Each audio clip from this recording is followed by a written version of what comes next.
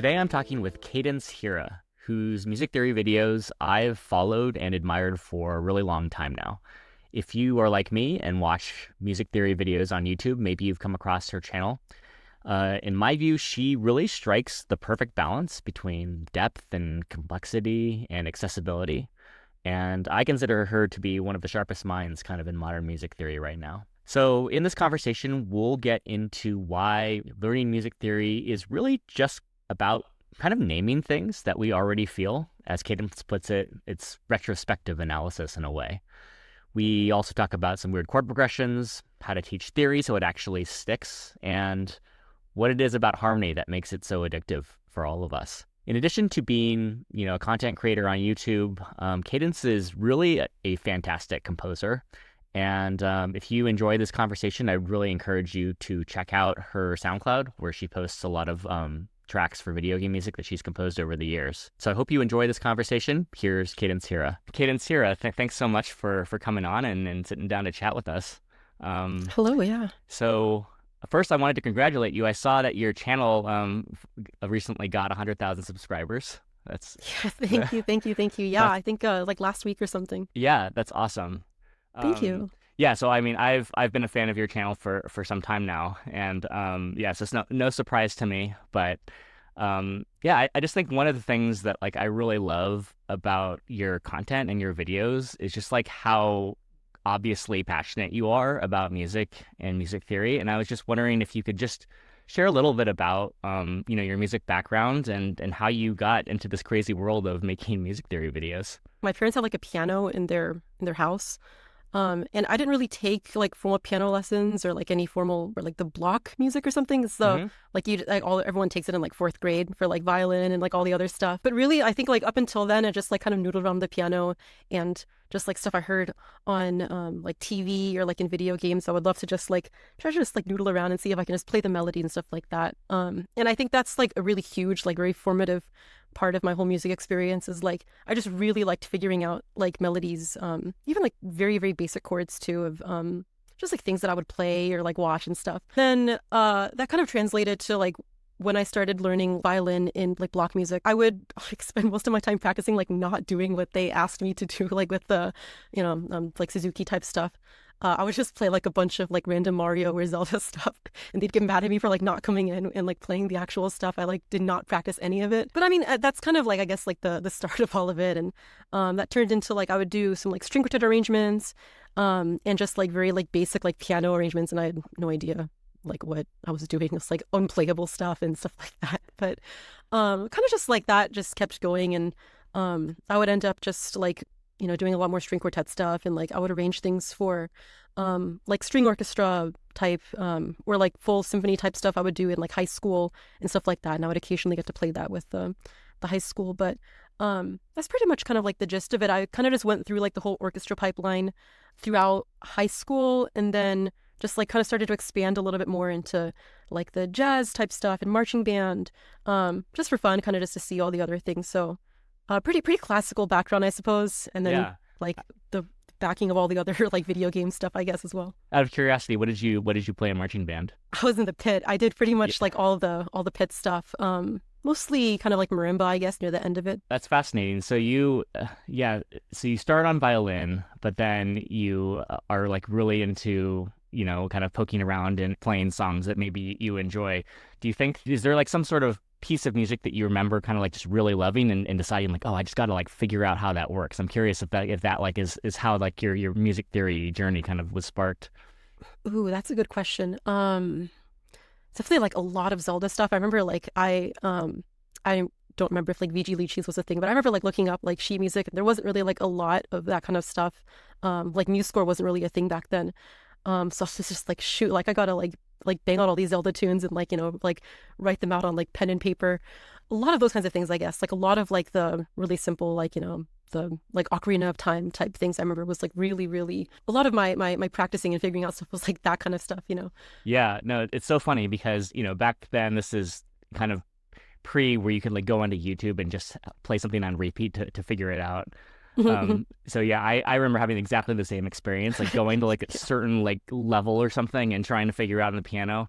Yeah. I have one embarrassing, I think one of the pieces of music that I was really drawn to as a child was this like Pantene Pro V like commercial. It was like a shampoo ad, and they had just like the catchiest like hook, and I Yeah. just had to like I every time that commercial came on, I'd like run to get my piano and try to bang it out.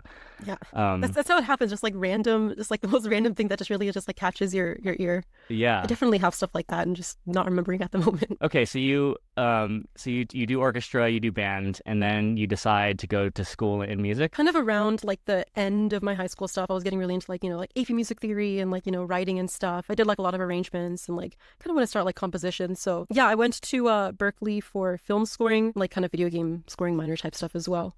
Hmm. That's kind of what I was thinking of doing, kind of like more long term is like graduate and then work for some composer or something and do the whole like work in that kind of studio. Yeah, and that's kind of what I was thinking. And like I graduated and I started doing like the very like freelance like take on like game jams and work for these like smaller game studios, and it was really fun. I do still really enjoy that kind of stuff. And then the pandemic hit, and like all the things that I kind of had going on, like I lost a few gigs that like they just were like, hey, like I was doing like jingle writing is kind of something that like I don't really talk too much about because it like doesn't really come up. But like I had like clients like lined up for like, oh, we're like the whole scoring package type stuff, and they're like, hey, we're closing for the pandemic, so like these are done, like we're not doing this anymore. And I was like, shoot, what do I do? And then I went into I was like, I'll just start making random videos. I don't have anything better to do. So yeah, and then that was kind of the start of all So that. that's how it started. Now I'm curious, when you make your videos, were they intended to be instructional, or was it more just that you just heard something, you're like, you know what, like I have something to say about this, like, and I'm interested, I'm gonna make a video about this. Kind of somewhere in between.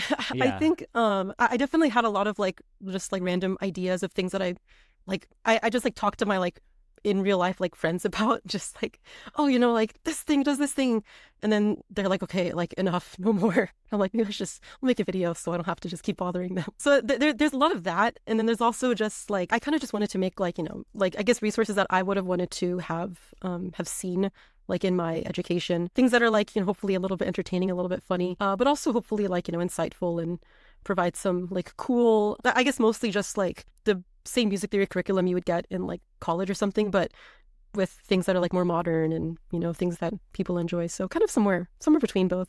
Yeah, no, absolutely. And I think, at Hooktheory, we kind of tapped into a little bit of that same vibe. When I was learning music theory, it was, I mean, I studied classical piano, but a lot of people, the criticism of music theory, the way that it's taught, is that it can be like a little dry, and it can apply to music that maybe you're not that interested in. And I just love how you were able to take, compositional techniques and music theory concepts that are very applicable, and it kind of demonstrate them with, music that you really love. And I think that, when a lot of your viewers that watch your videos, I think can sense that you just have this genuine joy about talking about these concepts that you're coming across, and I think that's one of the reasons that they're so effective. Yeah, for sure. Thank you. I mean, I think it's kind of I have like this whole like manifesto about music theory, but I think like it's really only like effective, I guess, like to teach music theory if you're teaching like really as like up to date as possible. I think there's like chord progressions that are like really common now that like aren't common 50 years ago and things like Hmm. that, right? And I think there's like if you're trying to teach, like practically speaking, unless you're, I guess teaching like counterpoint and stuff, like practical music theory I think has to be like super, super modern. So it's stuff that I mean I really like. Hook theories, like, has all of the super modern stuff and the curriculum is very modern. I think that's how it should be, it's like it's comprehensive. Yeah, and you were telling me earlier that that now that you're also that you teach music theory privately. I'm kind of curious, among your students, who comes wanting to learn about music theory? Do you have people that are fairly advanced that need just help with workshopping some pieces, or do you have people that are more beginner also that understand that they really need music theory but just haven't gotten around to doing it? What do your students look like? It's definitely a pretty broad range. There's definitely quite a few beginners who like like very, very basic stuff.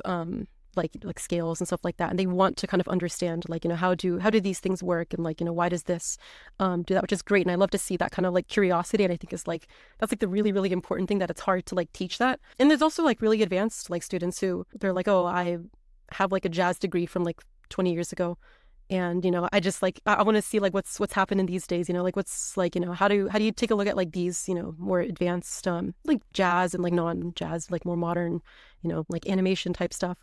Like why do these things work, and like talking about the more like advanced type theory, and that's of course always super fun as well.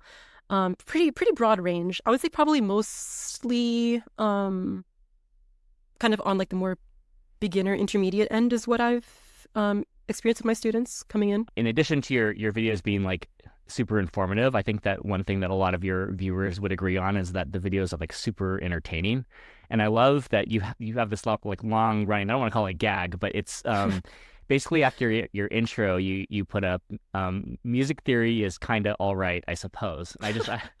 And I just love that. I feel like that that really taps into, and I don't know how you feel about this, but I feel like there's a broad consensus among people who have like amateur musicians that music theory is kind of like a medicine that you need to take, but like is very hard to swallow sometimes.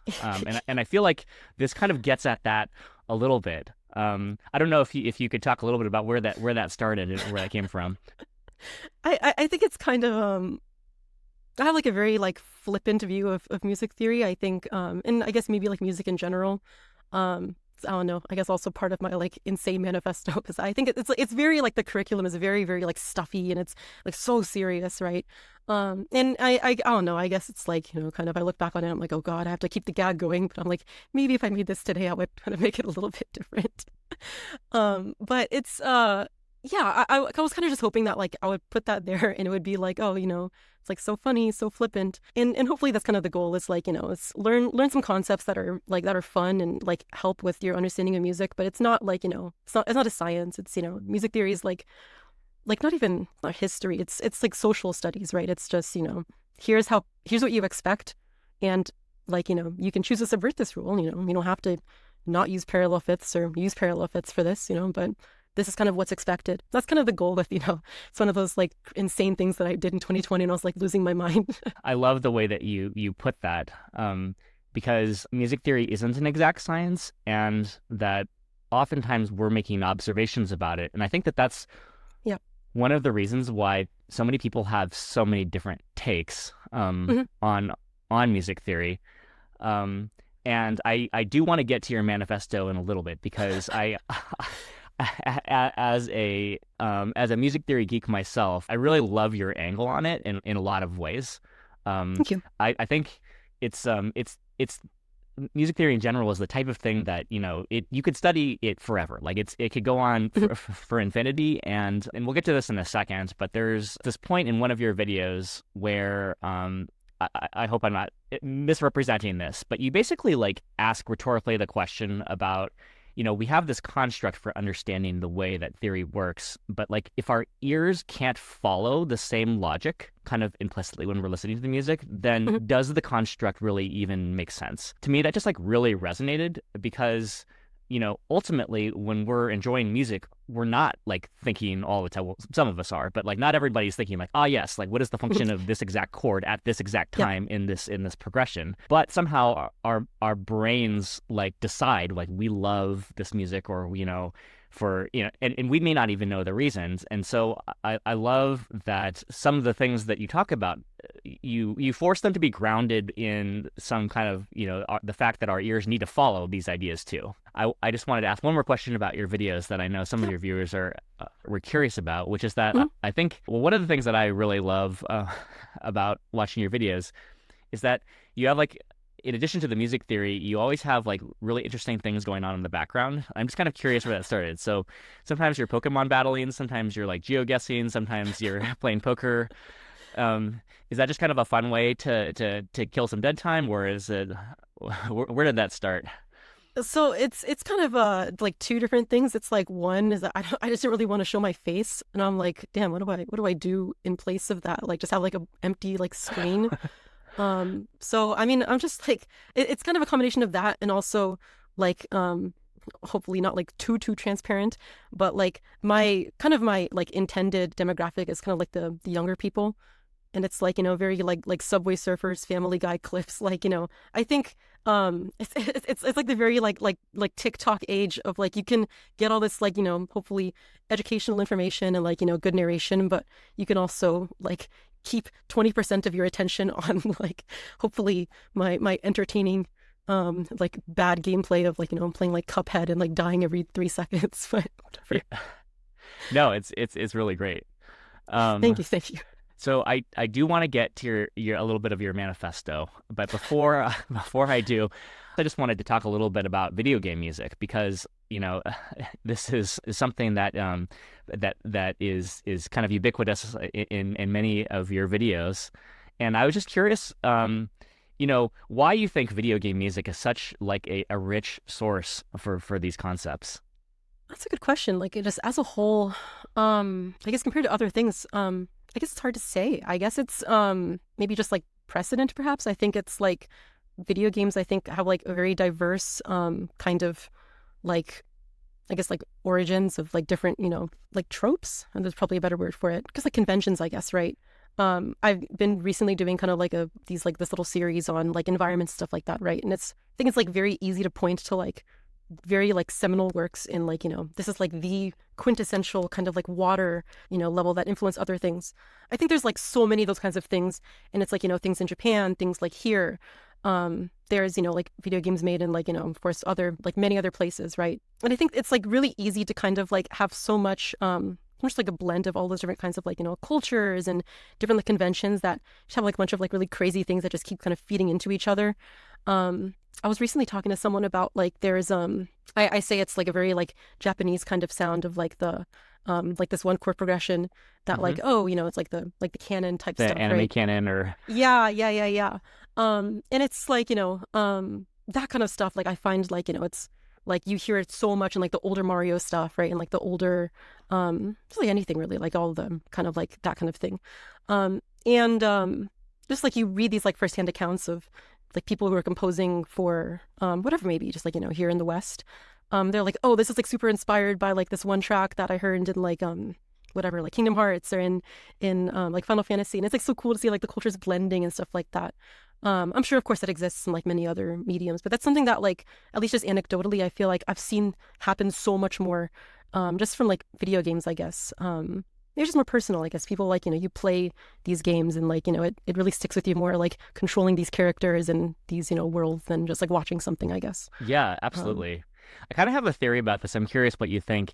When like the first game systems came out, they were so limited in terms of like horsepower because, the like for instance, like the original like Nintendo, all of the tunes needed to be sequenced because you only had like 5 sound channels. I'm wondering if like the constraint of the hardware forced composers at the time to be more innovative within the framework that they had. Like, for instance, did it force them to create more rich harmonic ideas because they weren't able to create like the crazy like sound effects that we can do now? Because I'm thinking back to like my childhood playing, some of these like regular Nintendo games, and some of those tunes are just so memorable. I don't know what you think about that. Yeah, I mean, I think that makes a lot of sense to me. I mean, I think consider it's like 8-bit type stuff. You have like the like 4 different channels. Like you pretty much have to like rely on like counterpoint to make these, to make your harmonies, right? You have to at most you have like what, like the 2 voices and the bass. I think, I mean, that makes a lot of sense to me, right? You have to just like really just write like super powerful like melodies and harmonies that like are implied. Otherwise, it's lost. You have just like 2 voices to work with. Yeah. So I mean, that makes a lot of sense to me. Yeah, I'm curious, since for me personally, like when I write music, if it's literally like a total blank canvas, sometimes I just kind of don't know where to go. But like having a constraint, like this music is going to be in this film, or this music needs to, explain like a science concept. Like the constraint itself actually helps like foster the creativity. And I don't know if having, I feel like you have these videos about like what makes like the sound like icy, or what makes the sound like kind of watery. If like having that constraint like allows people to kind of like to kind of compose rich harmonies around that. Yeah, I totally feel that. I guess just like any particular like restraint. I always think about like whenever I'm doing like a scoring gig, I like to work in like a sandbox, but like I like to have like very clear borders to like what that sandbox is. It's like super horrible, and I won't tell my clients this, but it's like sometimes I'm just like I'm just gonna give myself like an arbitrary like restriction for this cue. Yeah, I'm it gonna can be really helpful. I mean, yeah, yeah. it's kind of interesting because nowadays video games are, I mean, to me at least, they feel the soundtracks feel more cinematic because Mhm. there isn't this constraint. So it does kind of, you know, back in the day, like maybe you only had time for like 32 seconds of music on like these four sound channels, and then you had to repeat it. And so Yeah. you had to have something that could be repeated. You had to have something that kind of was not, you know, that was consistent, self-consistent. Nowadays, like, you know, you literally have like it's like, you know, a movie soundtrack. Yeah. And I'm curious, you know, I don't know if you have thoughts on like the direction of video game music. Do you think that Yeah. I don't know, it's just Yep. yeah, like the direction of it. Do you think we're kind of moving away from like kind of because I think that many people would agree that there was just so much creativity kind of in the first like 3 decades of video game music, and I'm just curious what your thoughts are kind of for the future of it. For sure, for sure. I mean, I definitely think like I was like a lot more I had like a lot more like spicy opinions like when I was going through like the like video game minor at Berklee, and like I want to write like like Super Mario bangers, and then my professor's like no, like learn wise, make interactive music, it's what the industry's going towards, and it makes a lot of sense, of course. And I was like whatever, and I would do that kind of thing. I had a lot more spicy opinions about that, and I think I still kind of like harbor some of those emotions of like, man, I kind of I want everything to be just like straight contrapuntal four voice bangers. I think, but it's definitely different. I think the landscape is, of course, like much different than like 40 years ago. But I think it's more of like a lateral kind of thing. I guess now that I've like kind of simmered down a little bit, I understand like the merits of kind of like the more like cinematic approach, and I think it's still a very unique medium, of course, with like the interactivity and like the very there's like another word for it that I'm completely blanking on. Yeah, well, I It'll, mean, it probably depends on the nature of the game too, right? You have a video on Mario Wonder. I think that's like a really good example of kind of not clashing, but combining the old and the new, because it's, Mario clearly has this kind of cartoonish feel, and Mario Wonder is like it's like a two-dimensional like side scroller, but they do have like an enormous amount of interactivity for sure. with the music, which is really neat.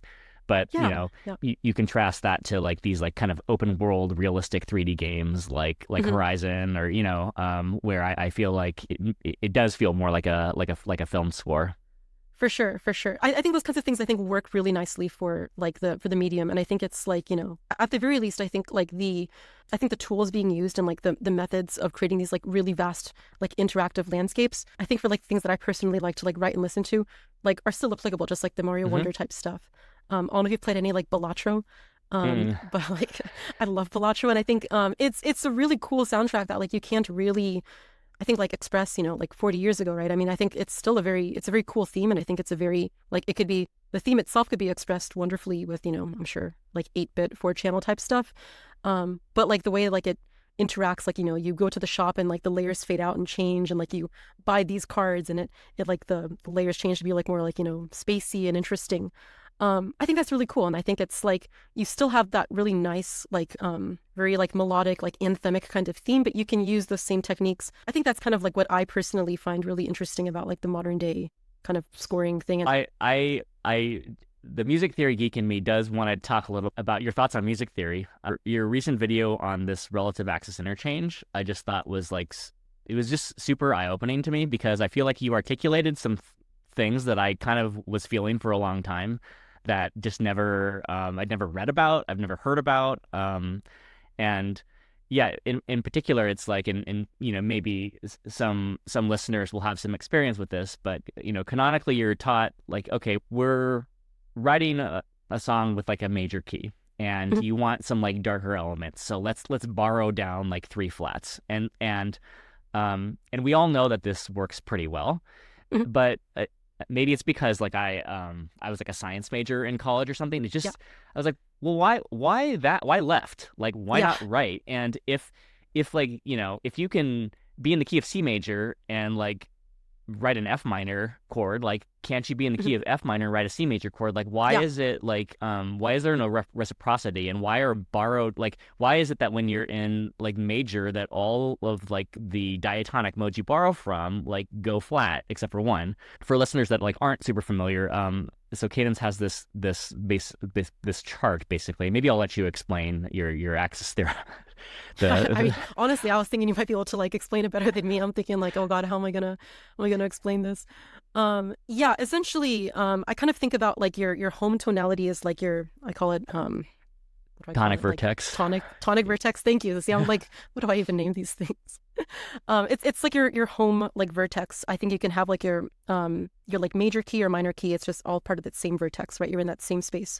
And you can like borrow chords, I think justifiably from either your, let's say you're in like C major, you can take from C minor, which is like your parallel minor, and that's very simply just like modal interchange. And I call that your flat vertex because you're taking from flatter on the circle of fifths, your flat vertex. And then similarly, C major is the same as A minor. You can take from A minor's parallel major, which is A major, and that's your sharp vertex. Um, and then, that's kind of sharp on the circle of fifths. And then you can take from the inverse of that of your tonic vertex, which would be like if you're in C major, you take from F sharp, or A minor, you take from E flat minor, or any permutation of those. I really love this because, well, first of all, there's tons of examples of tunes that use this sharp vertex land, Mm, and it's just not something that I think is talked about a lot. I love how it kind of can go both ways. That like we can go like flat and we can go sharp, and I think that you know I want to say like had I brought one of these tunes into like my music theory teacher in college, they would have said like, ah, yes, like this is just what we would call like non-functional harmony. And there's so many times um that I've just been kind of put off by that term because it feels like there's clearly a function to it because my yeah. first of all my ear likes it, my ear recognizes it, and it's a pattern that I want to write with. I don't know if you have a relationship with non-functional harmony, but I just feel like it's a cop out sometimes. I agree that you can create chord sequences that are purely non-functional, and they probably sound non-functional too. I'm just curious your thoughts. Is sometimes non-functional harmony just got copped out for a function that we haven't like put a name on or found like an appropriate relationship for? Oh, I mean, yeah, for sure. I mean, even like I have very, I'm sure, incendiary thoughts about like classical nomenclature, and I think like similar like non-harmonic tones, right? Things like that, where it's like your two resolving to your one. It's just like it's a nine, whatever, It's like stuff like that, and I think it's like just I guess a product of the times. It's like things are non-functional until they happen more, and then it's kind of like fulfills the prophecy of like, okay, well now we have a name for it because it happens so much, and we can call it something. I think like things like our chromatic median chord progressions and axis interchange type stuff like wasn't super common, I think, in the 1700s, where like it would be non-functional because like I guess just like the common ear doesn't have a reference for it. You wouldn't be able to like hear the precedent and know like, okay, like this goes to that and I expect it to do that again, or I understand kind of like the context in which that happens. That makes sense. I think in kind of our more modern times of like these kinds of things happen a lot, and our ear like hears that and we can latch onto that and like compare it. Oh, this sounds like that. I think it shouldn't have any sort of like non-functional type label. And I think generally speaking, it's kind of as it relates to just like how I like to think about like music theory concepts is that um I think generally like the ear likes to lean, like call it like Occam's razor. Like Hmm. if like if you have like make a non-functional chord progression, just like spam random chords, right? I think the odds are it probably wouldn't sound non-functional until maybe chord like 3 or 4 Hmm. is my guess. If you just like completely random chords, because I think the ear wants to hear functionality. We live in a very like tonal world, and I think our culture is very tonal. We expect tonality, so like we would assign these maybe tenuous functions to these chords, and maybe when like we have chord 4 or 5, it's like okay, it's clear that these chords aren't doing something that like makes a lot of sense. Um, and like that would be maybe like the competing explanation, perhaps. Yeah, no, that's super interesting that you know, it's maybe theory kind of evolves to explain the music of the time, and we're Mhm. kind of yeah, we live in a world now where people are doing like really creative new things, Yeah. and yeah, and maybe the theory of the classical period just isn't really appropriate. We had kind of a philosophical argument about this when we were starting Hook theory. It's like, Mhm. do we force kind of traditional Mhm. Roman numeral notation onto an audience with kind of modern music leanings that may not, because it is there are a lot of kind of stuffy things about about classical music Yeah. theory, and a lot of things that like don't make a ton of sense. I mean, we one of the co-founders of Hook Theory had no can't read sheet music, and you know doesn't really knew nothing about intervals or anything like this, and he was just like, why do we label inversions with like these funny numbers? Like, what is Mhm. that? Yeah. And I think, we ended up kind of just for kind of historical consistency, like kept Mhm. everything the way it is. But yeah, but I think that it's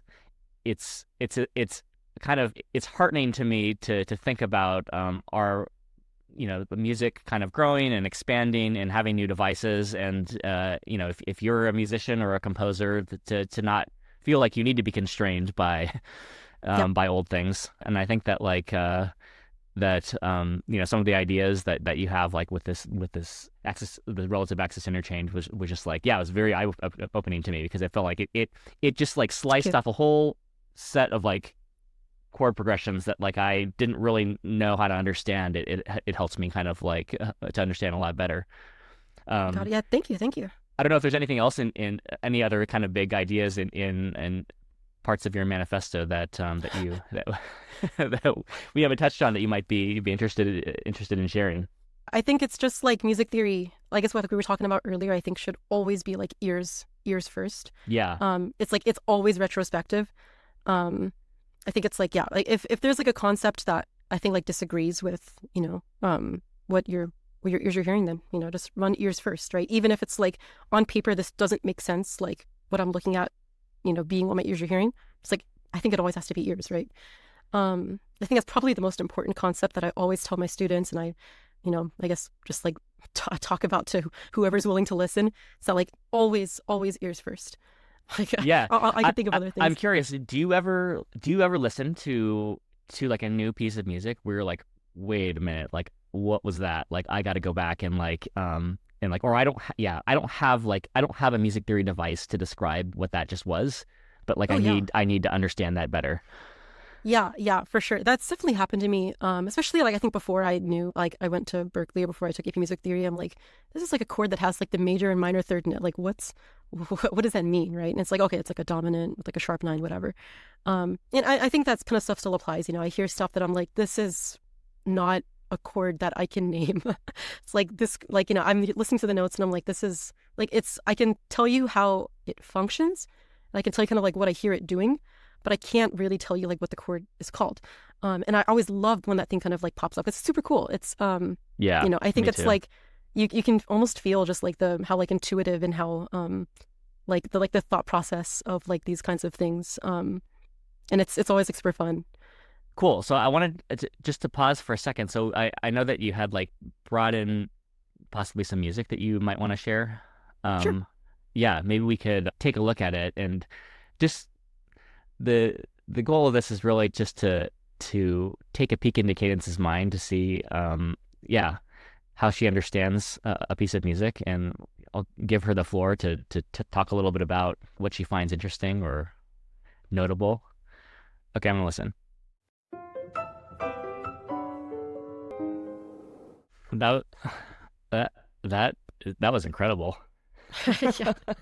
I love this tune so much. I wish I could write music like this. Like I feel the exact same way. I've been listening to this for like 10 plus years and I'm like I don't know how to write this. Like Where is this from?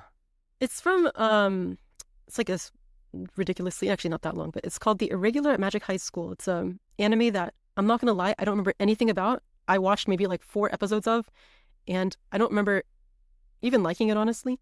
but I heard this track happen. It plays like once, and I just like I paused and I just like couldn't believe what I was hearing. Like, and then I found it later. But yeah, it's just like some random background track that plays once in an anime. I feel like there's some relative axis interchange here. There are a lot of moments when my ears want to hear like a minor nine or a dominant, but then I hear the major instead, like a major Yeah. seven or a major nine, which I just Hmm. love. My ears are like just so pleasantly surprised to when that happens. Yeah, pretty much this track I think is like a great like masterclass in first I think it's like super like horizontal in terms of like the way the harmony's constructed. Of course, there's like these like big vertical chords. Um but it's just like there's just like asides where they just like weave between these like different implied harmonies. And I love how like it's not atonal, of course, it's like rather tonal, but it's always like every other chord is like unexpected. And I think it like leverages your I think your like desire for tonality in such a way where it's like you feel this like weird shift every single bar.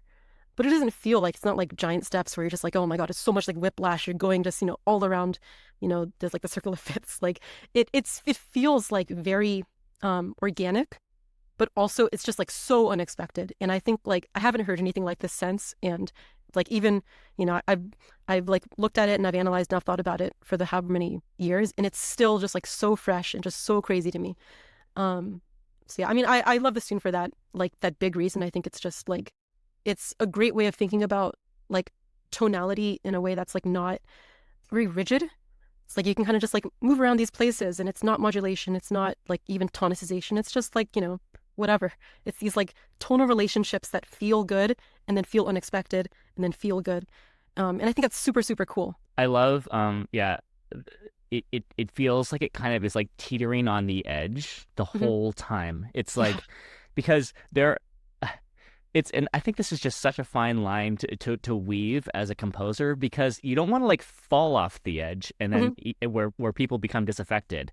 It's like it just holds you on like just like at the edge Yeah. for a long time. And yeah, and it's enough elements of kind of you it's like, all right, I see where we're going. Nope, that's not okay. Now I see where we're Yeah. going. Nope, I'm curious because I know that you had talked a little bit in some videos of kind of about Japanese composers, but I don't know. I feel like this happens to me more in like anime soundtracks than it does otherwise. I don't know if you have any thoughts on that. I mean, like definitely it's like a claim I've like never really wanted to like make in a video, or like, it's like this is more common in this or that because I don't know why it is, and I can't really like back it up other than like anecdotally, but like absolutely like this kind of thing, if I heard it just like, out of context, I'd be like this from an anime. Like I wouldn't know why, but it's like it feels like that. And that's super cool. I love that. I mean, it's definitely like stuff like this, other people kind of in like the like at least vaguely aware of like, like Japanese like or like anime or video game music, and they'd be able to like, I think identify that it's like probably Japanese. But like why is that, right? And I think it's interesting to think about. Cool. Well, thanks so much for sharing that. Yeah, for Um, sure. Before we hop off here, I was just wanted to see if you had, any kind of words of advice for someone who is, I don't know, like kind of on the fence about music theory. It feels like a deep plunge. I mean, some of the stuff that we're talking about here seems quite complicated. Hmm. Um, but for someone who, what is kind of your pitch of in support of music theory for the casual musician? Um, I think music theory is kind of all right, I suppose.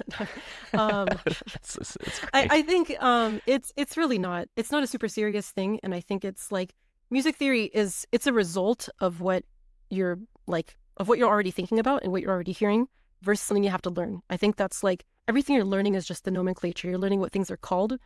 But ultimately, I think a lot of the concepts you're going to learn about are things that you already, hopefully, I mean, I think if you're getting examples that make sense to you, you'd be like, oh, I totally recognize that. And that makes sense to me. Like I can hear that it happens here. And I can also think of other examples that it happens in those other things and it makes sense.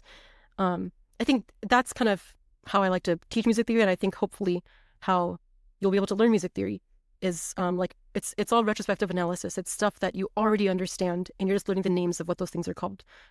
So learn music theory, it's fun. Not only kind of all right, it's fun. And yeah, just have fun with it. Great. Thanks so much, Cadence. It's been really a joy talking to you and hearing your views on things. And I really appreciate you taking the time to sit down with us. Yeah, thank you guys. Thanks for having me.